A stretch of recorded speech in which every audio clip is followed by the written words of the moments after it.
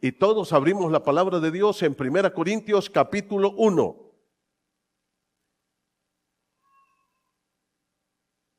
Algunos no son tan niños, pero se van igual. Espero que regresen. Muy bien, hermanos. 1 Corintios capítulo 1. Hemos empezado el estudio, hemos avanzado algo, pero por estas fiestas navideñas y de fin de año pusimos esta carta en stand-by y vamos a retomar hoy. Y hoy sí, hermanos, amarren sus cinturones porque vamos de lleno con esta carta. Y no vamos a parar hasta que lleguemos al capítulo 16.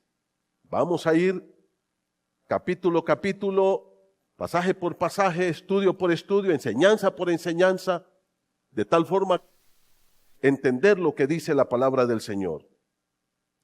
Estamos en los primeros 2 capítulos de esta carta. Yo quiero que por favor presten atención, porque a veces los hermanos cuando están ahí sentaditos se ponen a pensar en el almuerzo y se ponen a pensar en lo que tienen en casita y qué van a ir a comer y en el partido de esta tarde y se van a pensar en tantas cosas.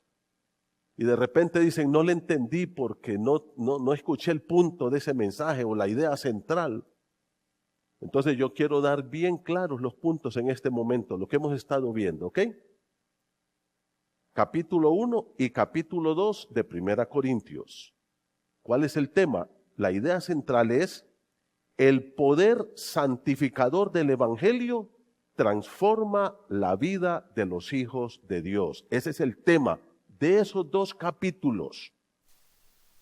Se lo repito, el poder transformador del Evangelio, el poder santificador del Evangelio transforma la vida de los hijos de Dios.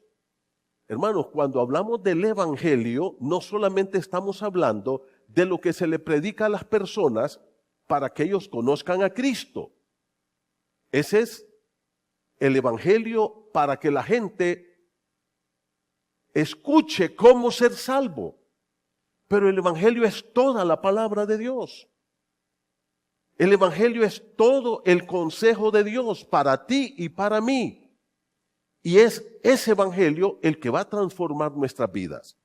Ahora, este es el tema central unificador de 1 Corintios, capítulo 1 y capítulo 2.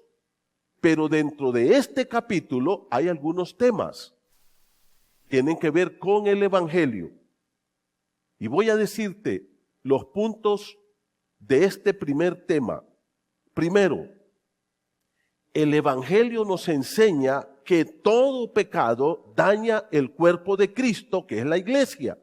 Eso es 1 Corintios, capítulo 1, del 10 al 17.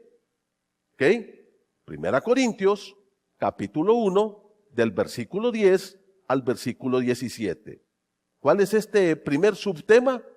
El Evangelio nos enseña que todo pecado daña el cuerpo de Cristo, que es la iglesia. Por ejemplo, aquí el apóstol Pablo comienza a hablar de las divisiones que había en la iglesia. Que el cuerpo de Cristo como iglesia en Corinto estaba roto. Pero luego, por ejemplo, en el capítulo 5, habla de la fornicación. ¿Ah?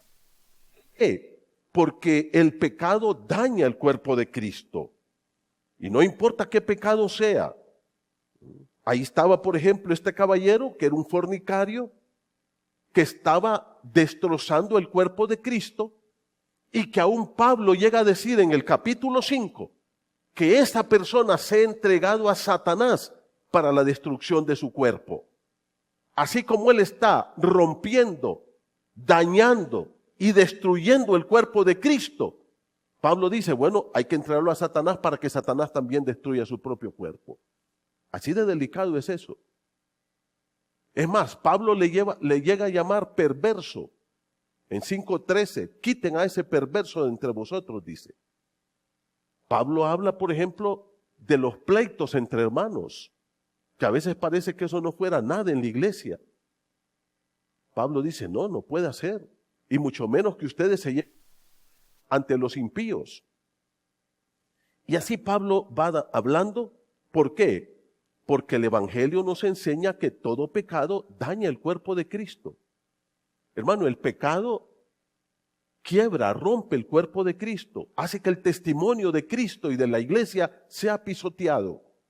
En segundo lugar, aquí, el Evangelio nos enseña que Jesucristo es la perfecta sabiduría de Dios para su pueblo. Por ejemplo, en el versículo 24 dice que Cristo es sabiduría de Dios, poder de Dios para nosotros. Luego, hermanos, el apóstol Pablo va a decir, y lo voy a decir aquí un poquito más adelante, en tercer lugar, miren bien ustedes, el Evangelio nos enseña que hay un mensaje que usted y yo tenemos que predicar. Hay un mensaje que hay que predicarlo. Y por último, el Evangelio nos enseña que es poderoso para hacernos crecer. Entonces, esos son los subpuntos de estos dos capítulos. Entonces, vamos a tomar, primero, busque conmigo por favor, 1 Corintios capítulo 1. El Evangelio nos enseña que el pecado daña el cuerpo de Cristo. Miren ustedes, por ejemplo, en el capítulo 1, el apóstol Pablo comienza con una exhortación, aunque aquí se le llama ruego. Verso 10, dice, os ruego. Esta frase, hermanos, es un ruego, pero no es un ruego así como, por favor, hermanos, no. Esta es una exhortación fuerte. Pablo les dice, yo les exhorto, les amonesto. Y esa palabra también puede ser traducida como confrontarlos. Y es un verbo presente que habla de una acción diaria, continua. Todos los días tenemos esta exhortación para nosotros. ¿Cuál es la base de este ruego? ¿En qué se fundamenta este ruego? Mira el versículo número 10. Por el nombre de nuestro Señor Jesucristo. Ese es el fundamento y la base de este ruego. Aquí el nombre, hermanos, es la persona de Jesucristo. Tanto la persona divina como la persona humana. Por eso le llama Jesucristo. Jesús es el nombre humano. Cristo es el nombre divino. Entonces, ¿en qué se fundamenta esta exhortación? ¿En qué se fundamenta, queridos hermanos, esta exigencia de Pablo? En la persona de Jesucristo. El nombre aquí es la persona. Los nombres no existen sin algo que les dé contenido. Los nombres no existen por sí mismos. Usted le da contenido a su nombre. Entonces, el nombre aquí es la persona. Todo lo que él es. Pero, ¿cuál es el ruego? Primero, el ruego. Segundo, la base del ruego. Y luego, ¿qué es lo que exhorta aquí? Versículo número 3, este ruego tiene 3 partes. 1, versículo 10, que habléis todos una misma cosa. Segundo, que no haya entre vosotros divisiones. Y tercero, que estéis perfectamente unidos en una misma mente y en un mismo parecer. ¿Qué dice la palabra? Ese es el ruego. 3 cosas está pidiendo aquí la palabra del Señor. Que habléis todos una misma cosa. Aquí hablar una misma cosa, hermanos, con un lavado de cerebro que les hagamos a ustedes de tal forma que todos pensemos iguales. Y que todos aquí vengamos, por ejemplo, uniformados a la iglesia. Que si usted no viene de vestido celeste y de falda negra no puede entrar. Y que todos debemos... No. Aquí cuando habla de pensar o de hablar una misma cosa, está hablando de las doctrinas y las prácticas enseñadas en la palabra de Dios. Usted puede tener diferentes formas de pensar en cuanto a temas que no tienen que ver nada con la palabra de Dios. Miren lo que dice, por favor, Romanos 14:1. Miren lo que dice Romanos, ahí nomasito está atrás. Miren lo que dice Romanos 14:1. Me gusta mucho cómo dice aquí la palabra del Señor. ¿Qué dice? Recibid al débil y en la fe, entender con él sobre qué. ¿Sobre qué? No doctrina. No doctrina. Hay muchas opiniones donde Dios nos deja la libertad de creer y de pensar lo que queramos, siempre y cuando no sea algo pecaminoso, porque el pecado está claramente condenado en la Biblia. Pero, por ejemplo, la Biblia no dice cómo yo tengo que usar mi pelo, que si me lo puedo pintar o no me lo puedo pintar. Hay iglesias que le prohíben a sus miembros cortarse el pelo. ¿Y a cuenta de qué? Si el pelo es tuyo. Mi pelo es mío. Yo me voy a peinar como me dé la gana. Y si quiero ponerme todo el bote de gelatina y peinarme el pelo como gallo giro, ese es mi problema. Tengo que estar criticando a los demás porque mire ese cómo se peina. Déjelo que se peine como quieres. Opiniones. ¿Ya lo vieron? ¿Sí o no? Es que me quedan viendo como extraño, como raro. Son opiniones.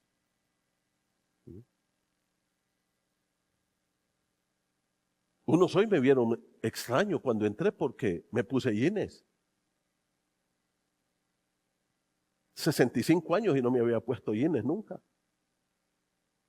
Pero llegó el primer día, quiero ser chavo. Pero es mi opinión, ¿sí o no? Y si me quiero poner jeans, es mi problema. Y si tú no te los quieres poner, es tu problema. ¿Eso es qué? Opinión.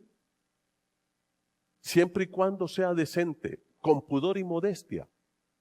Eso es toda la regla.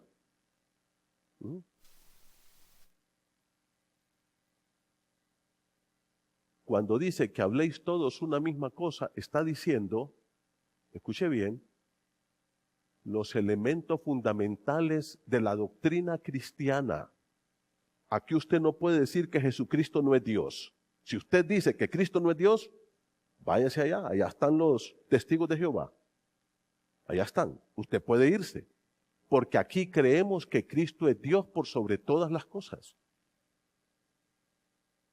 Si usted opina que la salvación se pierde, váyase, allá están los pentes, ellos creen eso, aquí no creemos eso. Porque creemos firmemente que la salvación es un regalo de Dios para el creyente eternamente y para siempre. ¿Me explico? Aquí no creemos que la salvación es por obras, creemos que la salvación es por gracia y por medio de la fe y que nadie puede ser salvo por otro medio que no sea la gracia de Dios. Entonces, de eso está hablando aquí. La segunda cosa que dice, ¿cuál es? El segundo ruego, que no haya entre vosotros divisiones. La palabra aquí, mis queridos hermanos, quiere decir cisma, rotura, una fractura. Esa palabra se usaba para la gente que se fracturaba el hueso, quedaba partido, separado. Esta es la palabra que usó Mateo en Mateo 27:51, donde dice que el velo del templo se rompió. La misma palabra. El velo del templo se rompió. Dice, no pueden estar divididos. Cristo hizo la unidad de la iglesia. La unidad no es algo que yo voy a hacer, la unidad ya está hecha. Un espíritu, una fe, un padre, un bautismo. Ya la unidad está hecha. ¿Qué dijo Cristo en Getsemaní en Juan 17? Que todos sean uno, como tú, oh Padre, y yo. Que todos sean uno. La unidad está hecha ya. Por tanto, lo que yo tengo es que debo cuidarla. Ahora, reconozco ante ustedes y ante el Señor que la unidad de la iglesia es muy frágil. Y esto yo lo dije hace unos años atrás, cuando prediqué de la iglesia aquí. Hicimos una serie de eclesiología, predicando lo que era la iglesia. Y en ese momento yo dije, no es fácil mantener la unidad de la iglesia. No es fácil, es muy frágil. Tenemos que madurar, tenemos que crecer. Por ejemplo, el apóstol Pablo dice en Filipenses que debemos despojarnos del orgullo, egoísmo, para poder mantener la unidad del cuerpo de Cristo. ¿Mm?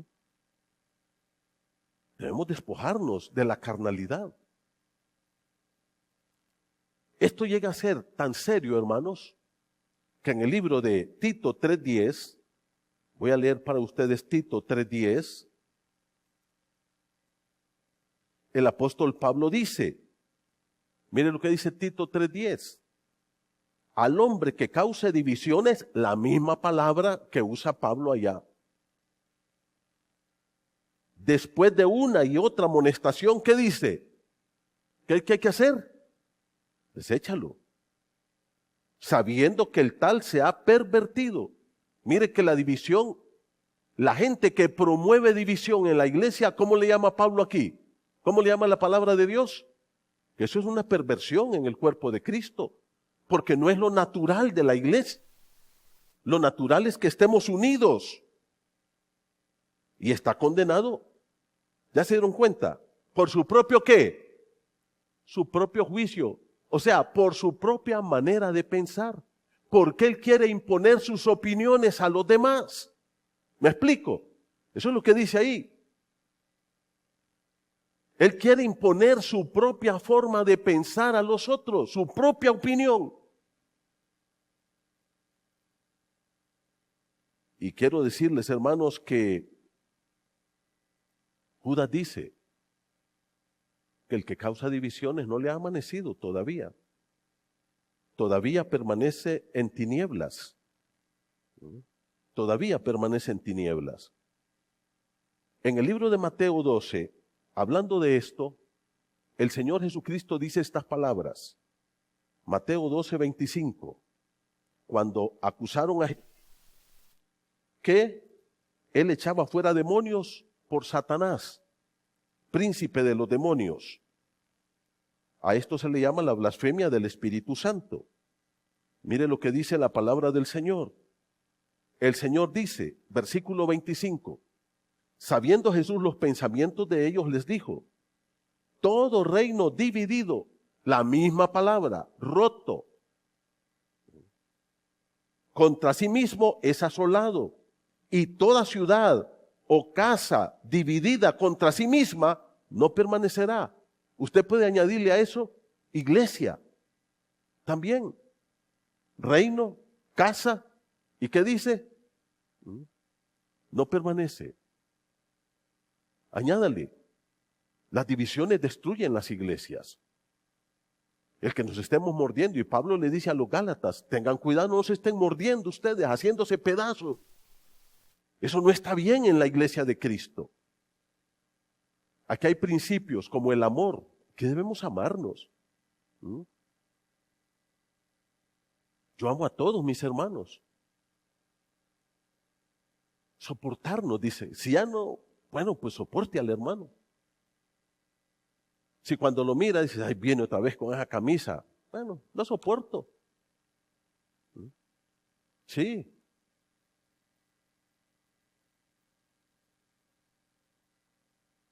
Pero no podemos romper la unidad del cuerpo de Cristo. El Señor dice que todo aquello que se divide es asolado. Mire el versículo 12:25. Todo reino dividido contra sí mismo es asolado. ¿Sabe lo que quiere decir asolado? Devastado. Acabado. Y luego, ¿qué dice? Y toda ciudad o casa dividida permanece. Yo conozco iglesias que se han peleado los hermanos, se han hecho pedazos, se han dividido y después ni los que se van ni los que se quedan prosperan. Miren, se van a pique. ¿Por qué? Porque la Biblia dice que la iglesia es una. Yo conozco denominaciones e iglesias que para crecer se han dividido. Se van peleados. Ya vamos a plantar otra iglesia. No es plantar iglesia. Eso es división. Plantar iglesia es orar, vamos juntos, evangelizamos, trabajamos. Yo les digo a ustedes que mañana nosotros traigamos aquí un grupo de hermanos, de todos los que vienen allá ¿por dónde se llama? Aquella parte sur de la ciudad. Pongamos las manos, los bendecimos y vamos con ellos a plantar. A plantar una iglesia, orando, juntos, apoyándonos. Eso es plantar iglesia, evangelizar. Pero hay gente que dice, no, voy a plantar otra iglesia y se lleva un pedazo y se dividen. No, eso no es plantar. Esa es división. Entonces, hermanos, la tercera parte del mensaje es que estéis perfectamente unidos. Mira el versículo, vamos a 1 Corintios 1:10. Dice la palabra del Señor. Os ruego, ese es el ruego, hay una exhortación aquí. Segundo, ¿cuál es la base de la exhortación? Nuestro amado Salvador Jesucristo. Por Él debemos mantener esto unido. Tercero, la exhortación en sí, 3 partes. ¿Cuál es la primera? Hablen todos una misma cosa, que no hay entre vosotros fisuras, divisiones, sino que estéis perfectamente unidos en una misma mente y en un mismo parecer. La palabra aquí, perfectamente unidos, quiere decir completar completamente. O sea, ya Cristo hizo la unidad, ahora nosotros la mantenemos completamente. Unidos, amándonos, animándonos, consolándonos, respetándonos. Y mire cómo dice, en una misma mente, o sea, en un mismo entendimiento y en un mismo parecer, o sea, con un mismo punto de vista. Tenemos que estar unidos. Ahora, la otra parte, ¿cuál es la razón de este ruego? ¿Cuál es la razón de este ruego? Mira el versículo 11 ahora. Porque, aquí Pablo va a explicar por qué tiene que hacer esta exhortación a la iglesia. La razón por la cual la iglesia tiene que ser exhortada. Pablo dice, he recibido informes de los de Cloé. Esta era una señora, aunque no se sabe nada más que lo que menciona aquí la Biblia. Y estas personas le vinieron de esta familia a informar a Pablo sobre la crisis de la iglesia. ¿Cuál era la crisis? Mira el versículo 11, que hay entre vosotros contiendas. La palabra contiendas aquí quiere decir pleitos, peleas, luchas. Están ahí forcejeando unos con otros. Y Pablo dice, ¿están locos ustedes? ¿Y cuál era el pleito? Bueno, Pablo dice, la iglesia se ha hecho pedazos. Unos siguen a Apolos, un tremendo predicador, un hombre elocuentísimo. Luego dice, otros siguen a Pablo, otros siguen a Pedro y otros son de Cristo. Me llama mucho la atención, hermanos, que la iglesia de Corinto no tuviera un grupo de mujeres que se hubiera también ahí a la esposa de Apolos. Que las mujeres no hubieran hecho su grupito también allá. Nosotros también vamos a hacer nuestro grupo. No, Pablo dice, eso no está bien. Eso no está bien. Los hermanos habían dividido la iglesia y ellos lo hicieron de manera carnal. Ellos lo hicieron viendo las cualidades que tenían sus líderes. Por ejemplo, el grupo que seguía a Pablo pudo haber dicho, no, pero aquí Pablo plantó la iglesia y nosotros seguimos a Pablo porque él vino aquí con el evangelio. Pablo llega a decirles, ni el que planta ni el que riega es algo, hombre. Olvídese de eso. Olvídese de eso. Dios usa a algunas personas para plantar una iglesia, gloria a Dios. Luego vienen otros, gloria a Dios.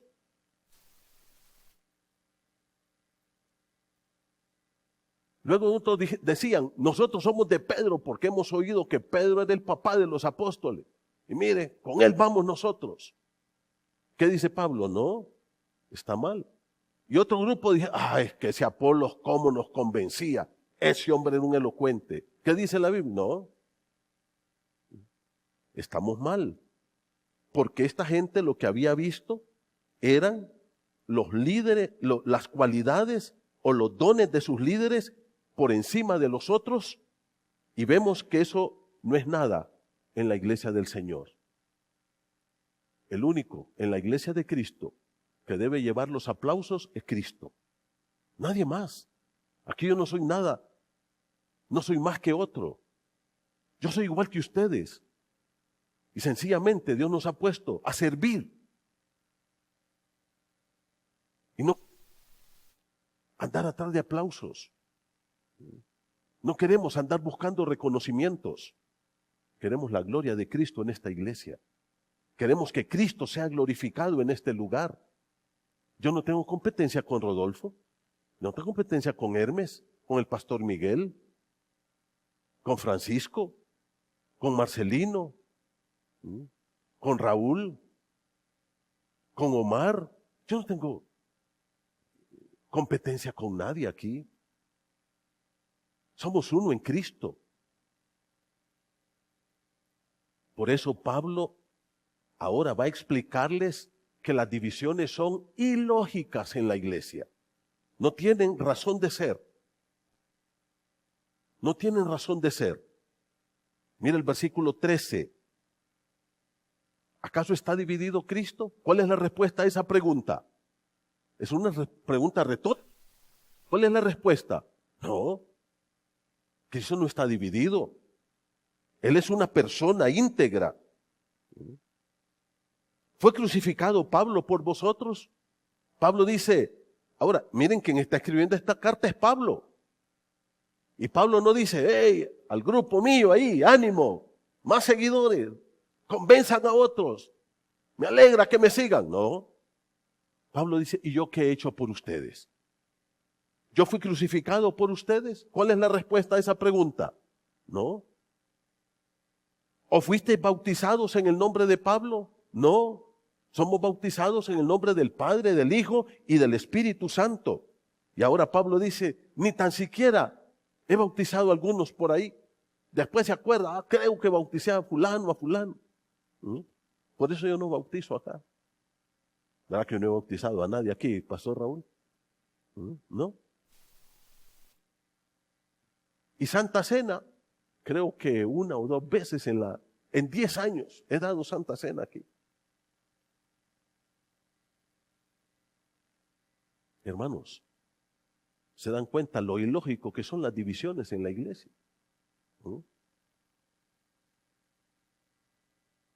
Hay una prioridad que todos debemos enfocar y es el Evangelio de Cristo. Mira el verso 14. Doy gracias que a ninguno de vosotros he bautizado sino a Crispo, a Gayo. Y luego en el verso 15, para que ninguno diga que fuisteis bautizados en mi nombre, también bauticé a la familia de Estéfana. De los demás, ni tan siquiera se ha bautizado otro. Versículo 17 nos da la razón. ¿Por qué otra vez? Pablo expresa en el versículo, no me envió ese pues puede ser traducido como ¿por qué también? Envió Cristo a bautizar, sino a predicar el Evangelio.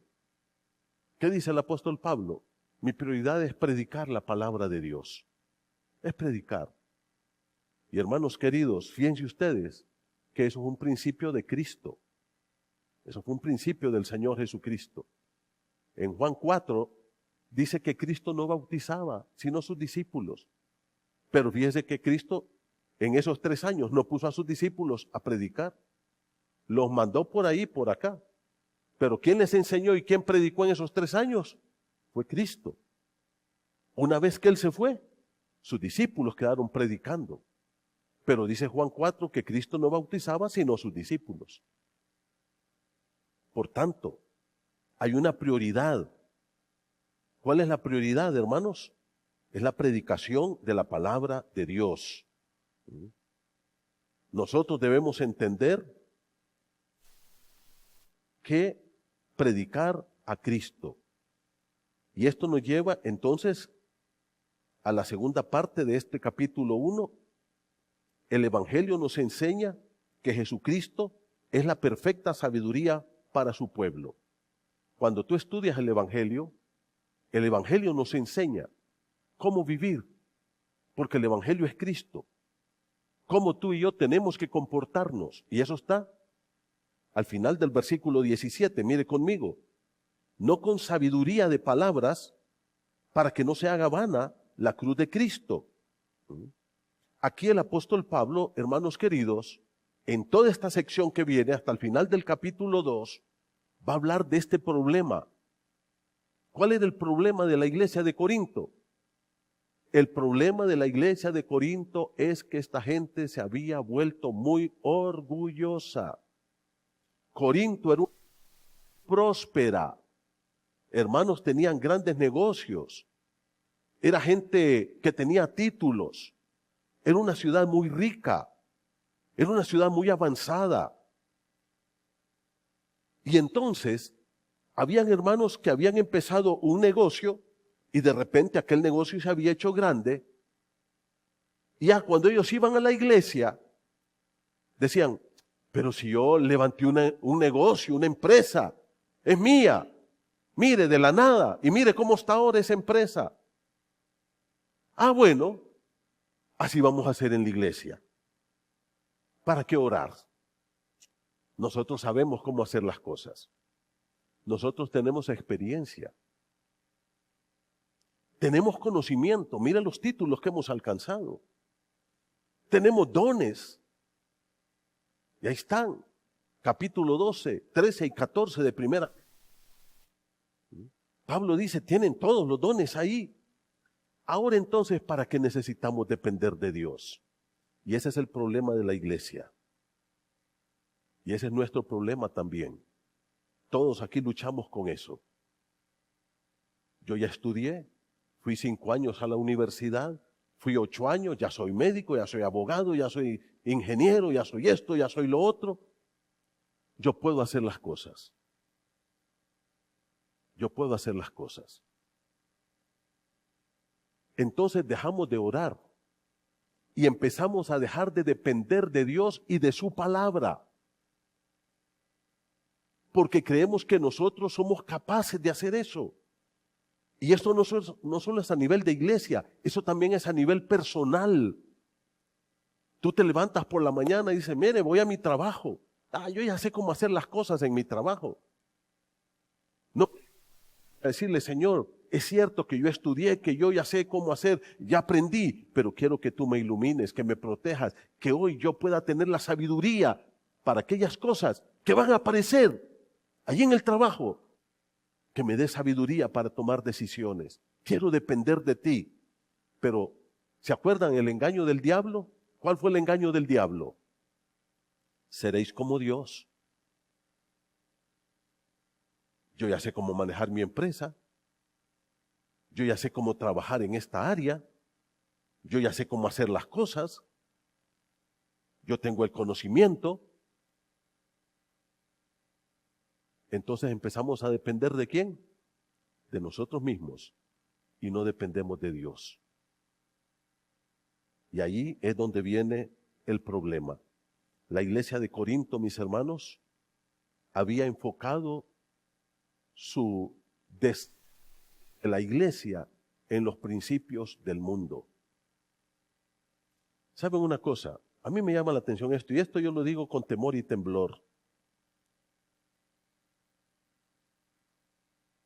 En las iglesias es más fácil venir y decirles, vamos a ver, hermanos, hagamos un POA, ¿sí? Vamos a ver.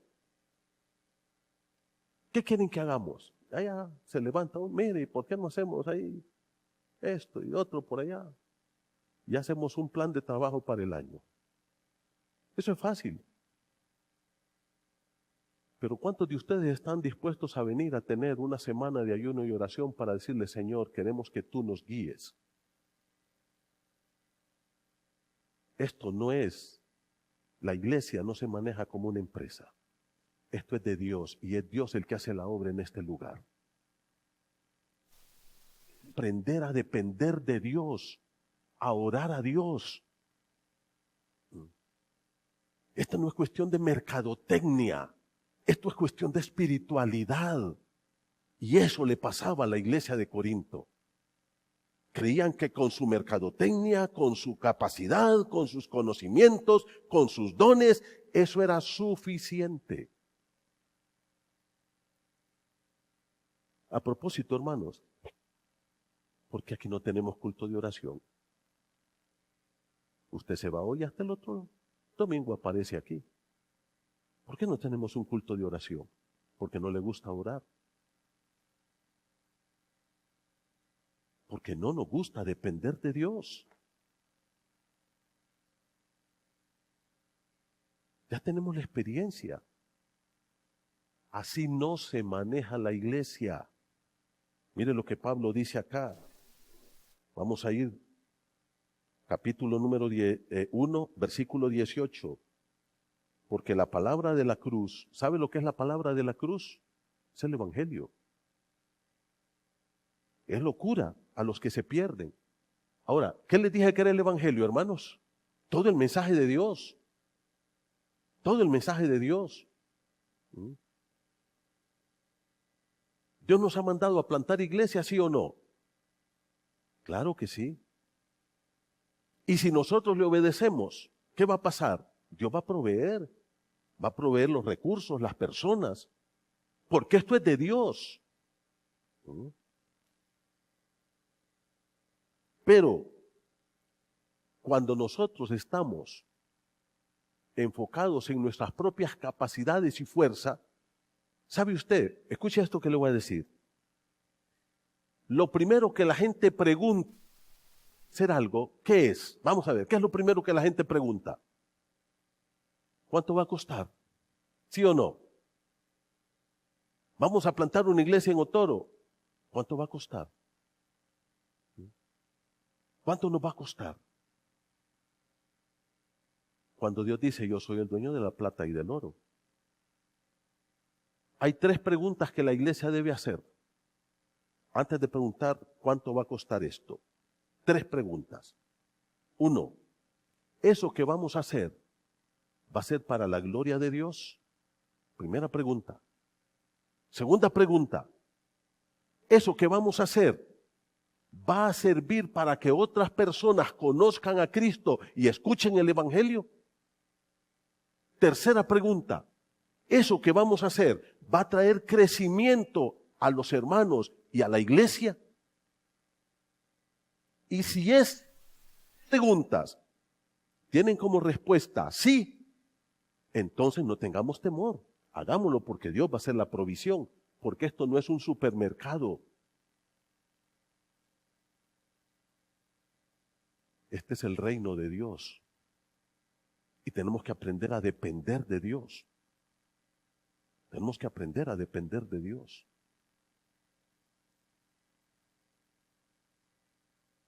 La Biblia dice que Dios es el proveedor. Hace muchos años yo estaba trabajando en Choluteca en una iglesia y cuando mis hijos estaban pequeñitos, ya cuando tenían 5 años iban al kinder, iban a la escuela. Y empecé a buscar en Choluteca una escuela evangélica. Y no había. Había una que se llamaba Beberto Pisle, pero ya estaba muerta. La habían arruinado y la escuela estaba, bueno, al siguiente año se cerró. Empecé a orar. Y un día les dije a los pastores, diáconos y diaconisas, hermanos, yo quiero que ustedes me digan dónde hay una iglesia una escuela evangélica donde se llenen las necesidades no solamente intelectuales, sino espirituales de los niños. Díganme una. No había. Y les digo, miren, yo he estado orando por esto. Y quiero que fundemos una iglesia evangélica acá. No teníamos nada. Nada. ¿Y saben lo primero que me dijeron los hermanos? ¿Qué creen que me preguntaron? ¿Y eso cuánto nos va a costar? La primera pregunta. Y les dije, no sé cuánto nos va a costar, pero sé que tengo un Dios en el cielo, que Él va a proveer. Y hermanos, nos costó convencer a la gente, hasta que un día, como al año, dijeron, démosle.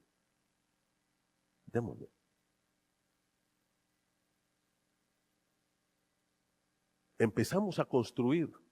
Y aunque ustedes no lo crean, estuvimos un año entero construyendo. Nos costó más de 1.000.000 de lempiras esa construcción. ¿Y saben cuántos días nos detuvimos? Ni uno. Dios increíblemente fue proveyendo semanalmente para comprar materiales, para pagar albañiles, hasta que terminamos esa construcción. Hasta que la terminamos. Y escuchen esto, cuando estamos trabajando en la construcción, les digo, bueno, tenemos que empezar a contratar maestros. Y yo dije, vamos a empezar desde kinder hasta sexto. Y me dicen, ya eso es una locura. Una escuela completa. Pero de repente viene otro que era más loco que yo y dice, no, vamos a irnos hasta tercer curso. Hermano, le digo, no tengo suficiente fe. No, démosle hasta tercer curso.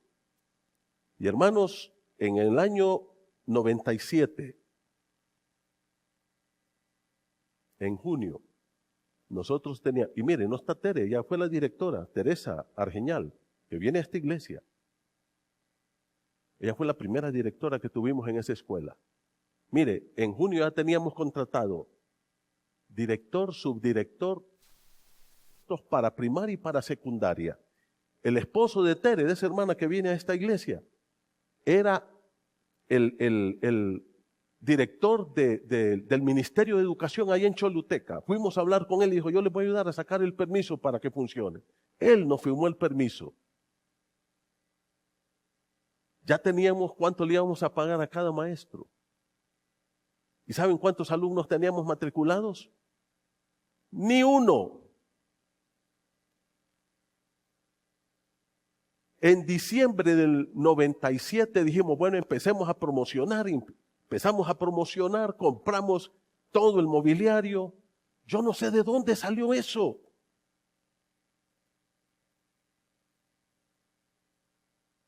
El 1 de febrero abrimos la escuela del año 98.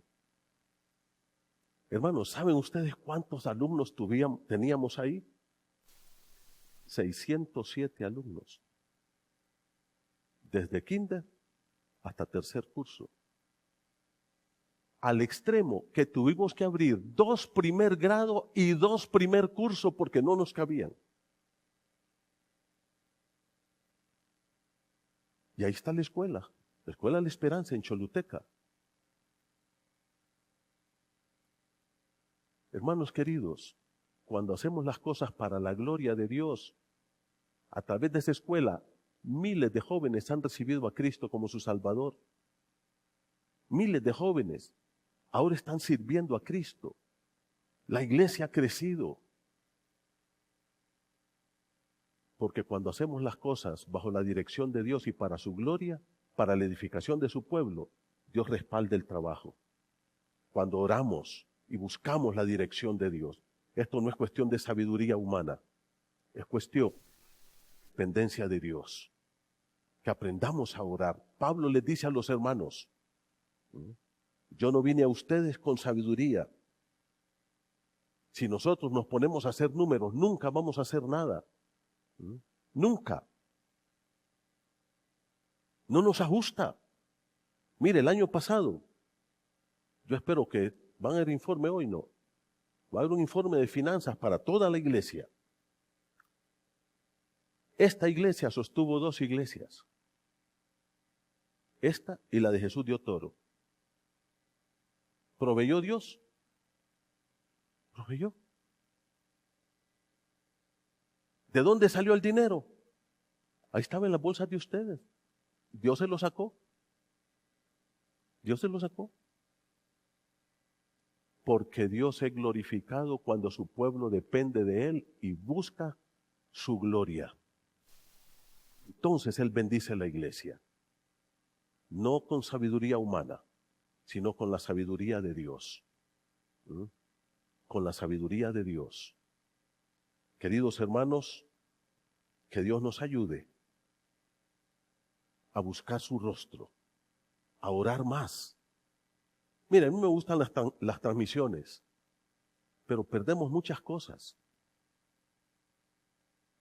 Aquí oramos solo lo necesario, pero esto sería un buen tiempo para que tuviéramos un tiempo de oración el domingo en la mañana como iglesia. Mucha oración. ¿Mm? ¿Cuántos estaríamos dispuestos a venir los miércoles aquí? Yo estoy dispuesto a hacer las grabaciones para pasar los programas los miércoles en la noche a las 7. Pero ¿cuántos estamos dispuestos a venir a doblar rodillas aquí? A clamar a Dios, que sea Dios el que haga la obra en este lugar.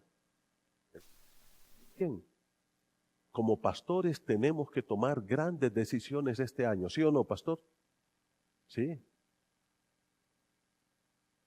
Y le digo porque él es el presidente y por eso tengo miedo cuando le hablo. Le hablo con temor y temblor. ¿Ah? Dios quiere hacer grandes cosas. Dijo aquel gran misionero, si quieres recibir grandes cosas de Dios, debes hacer grandes cosas para Dios. Amén. Bueno, hermanos, adelante con Cristo. El próximo domingo seguimos con esta carta hermosa. Padre, gracias por este momento. Queremos que tu gloria brille entre nosotros, Señor. No queremos nada más que tú seas exaltado, honrado y glorificado en este lugar. Queremos que aquí la gente venga y conozca a Cristo, cierta de verdad, y que crezcan todos para la gloria de tu nombre. Gracias por este momento, Señor. Despídenos con tu paz y bendice la próxima reunión que tenemos. Padre, que todos los miembros de la iglesia nos quedemos para disfrutar ese momento aquí juntos. Padre, guárdanos y cuídanos en el nombre de Jesucristo. Amén.